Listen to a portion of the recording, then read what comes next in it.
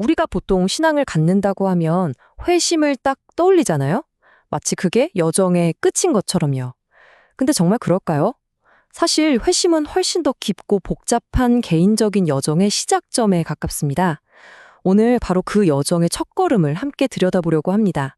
바로 이 질문이 오늘 이야기의 핵심입니다. 어떤 사람이 새로운 믿음을 딱 받아들였을 때 그 사람의 삶 안팎에서는 진짜 어떤 변화와 도전들이 기다리고 있을까요?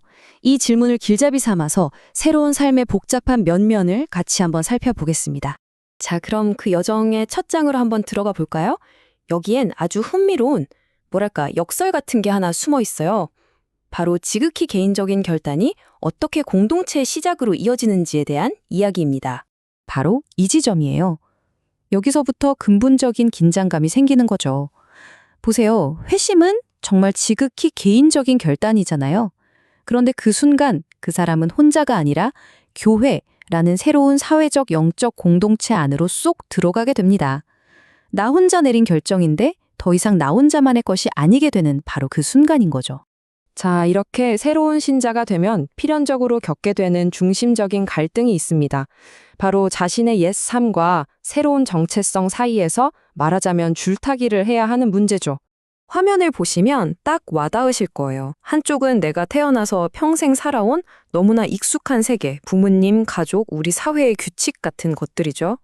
그런데 다른 한쪽에는 완전히 새로운 세계가 펼쳐져요.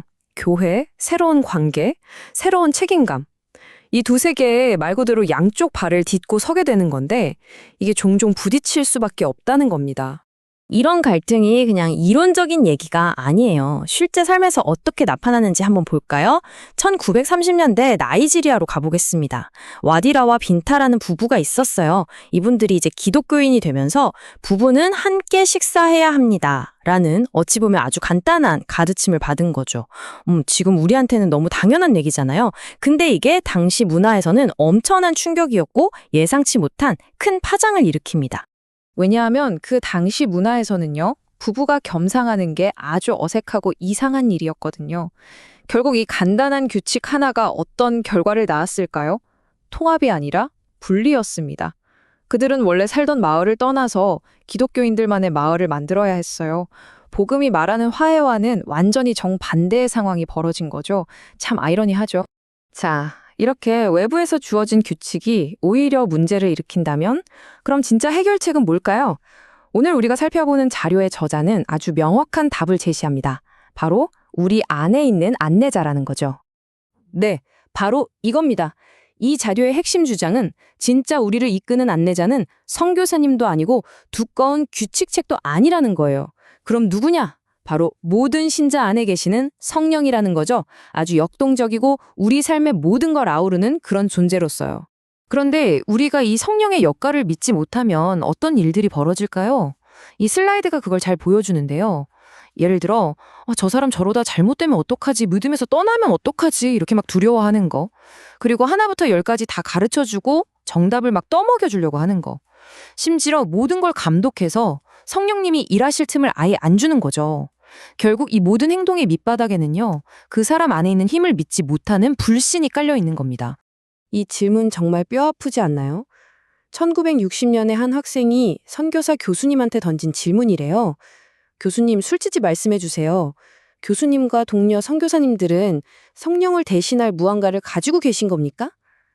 와, 이 질문 하나가 성령의 역할을 그 어떤 것도 대신할 수 없다는 사실을 아주 날카롭게 꿰뚫고 있는 것 같아요. 좋습니다. 그렇다면 성령이 이끄는 삶은 구체적으로 어떤 모습일까요? 여기서는 두 가지 아주 혁신적인 결과를 이야기합니다. 바로 자유와 교제입니다. 성령을 따를 때 나타나는 첫 번째 주요 결과는 바로 진정한 교제입니다. 그리고 그 바탕에는 바로 아가페 사랑이 있어요. 이건 그냥 우리가 흔히 생각하는 뜨거운 감정이라기보다는요, 서로를 돌보고 관심을 가져주면서 공동체를 하나로 단단하게 묶어주는 그런 영적인 접착제 같은 거라고 생각하시면 될 것 같아요. 그리고 두 번째, 정말 중요한 결과는 바로 자유입니다. 이건 그냥 마음대로 할 수 있다, 이런 차원의 자유가 아니고요. 나를 올가매던 오래된 두려움, 깨기 힘들었던 전통, 그리고 죄책감 같은 무거운 짐들로부터 완전히 해방되는 그런 아주 깊은 차원의 자유를 말하는 겁니다. 자, 이 남자의 이야기를 한번 들어보세요. 정말 드라마 같거든요. 무려 2년입니다. 2년 동안 이 남자는 자기가 마녀의 저주에 걸렸다고 굳게 믿고 살았어요. 하루하루가 얼마나 공포스러웠을까요?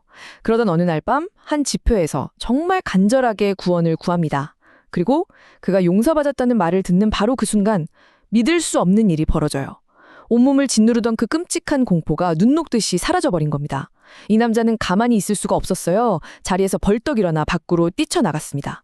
진짜 자유로워졌는지 확인하고 싶었던 거죠. 지팡이를 들고 마을을 빙빙 돌고 심지어는 어두컴컴한 숲속까지 미친 듯이 달려갔습니다. 자신의 새로운 자유를 온몸으로 시험한 거예요. 그리고 그가 외친 말이 바로 이겁니다. 나는 자유롭게 되었습니다. 하나님 감사합니다. 이 짧은 한마디에 그가 경험한 영적인 자유가 얼마나 실제적이고 강력했는지 다 담겨 있는 것 같아요. 여기 또 다른 이야기도 있습니다. 남편에게 부당한 대우를 받으며 힘들게 살던 사라라는 여성이 있었어요. 그녀는 목사님이나 다른 사람에게서 해답을 찾은 게 아니었어요. 대신 자기 안에서 들려오는 내면의 목소리, 즉 성령의 인도하심을 따랐습니다. 내가 조심스럽게 그를 사랑하려고 노력하면 결국 하나님의 능력이 그를 이길 것이다. 이 지혜를 통해 그녀는 그 어려운 상황을 헤쳐나갈 힘을 얻었던 거죠. 자, 이제 거의 다 왔습니다. 결론으로 넘어가서 이 자료가 우리에게 던지는 핵심 메시지가 무엇인지 정리해 보겠습니다. 결국 핵심은 이겁니다. 신뢰. 한 사람 한 사람 안에서 일하시는 성령님을 신뢰하라는 거죠. 그래서 그들을 통제하고 감독하려는 대신 스스로 성장할 수 있는 자유와 책임을 주라는 겁니다. 이게 바로 진짜 영적 성장의 비결이라는 거죠. 이 성경 구절이 바로 그 생각을 뒷받침해 줍니다. 성령의 나타남은 어떤 특별한 사람에게만 주어지는 게 아니라 각 사람에게, 우리 모두에게 주어진다는 거예요. 왜요? 우리 모두의 유익을 위해서요. 그러니까 우리 각자에게는 공동체를 위해 쓸 수 있는 선물이 이미 주어져 있다는 뜻입니다. 자, 오늘 살펴본 내용은 사실 굉장히 급진적인 신뢰를 이야기하고 있어요. 각 개인의 영적인 여정을 온전히 믿어주자는 거니까요. 그럼 마지막으로 이 질문을 한번 던져보고 싶습니다. 이런 믿음과 신뢰가 오늘날 우리가 속한 공동체, 또 우리 사회에서는 과연 어떤 모습으로 나타날 수 있을까요? 한 번쯤 깊이 생각해보는 계기가 되었으면 좋겠습니다.